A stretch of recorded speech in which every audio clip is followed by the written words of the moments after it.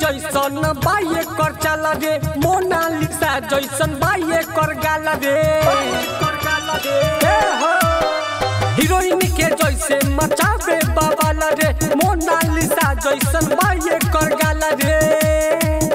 असते जे पटे हबती सरे, असते जे पटे हबती सरे। विश्व में लेला सकी सरे, चहल जवानी के बिखरे। विश्व में लेला सकी सरे, चहल जवानी के बिखरे। विश्व में लेला सकी सरे, चहल जवानी के बिखरे। Shamshad films project. चहल जवानी के बिखरे।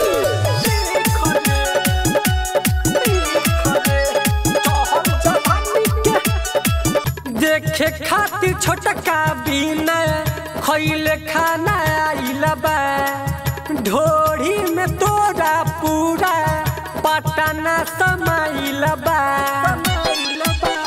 लहै दस तकिया मिसल रे द, गलिया पयापन तू किस लेवे द। हम जाने ले तोर बेहवार रे, जाने ले तोर बेहवार रे। विश्व में लेला सकी सरे, चहल जवानी के बिखरे। विश्व में लेला सकी सरे, चहल जवानी के बिखरे। हर विश्व में लेला सकी सरे, चहल जवानी के बिखरे। चहल जवानी के बिखरे।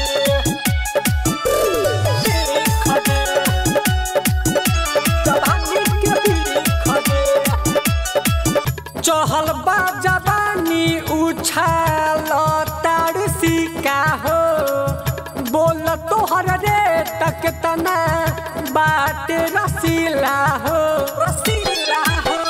मुन्ना मतलब नहीं बनी है हो, चहली जवानी तोहर खनी है हो।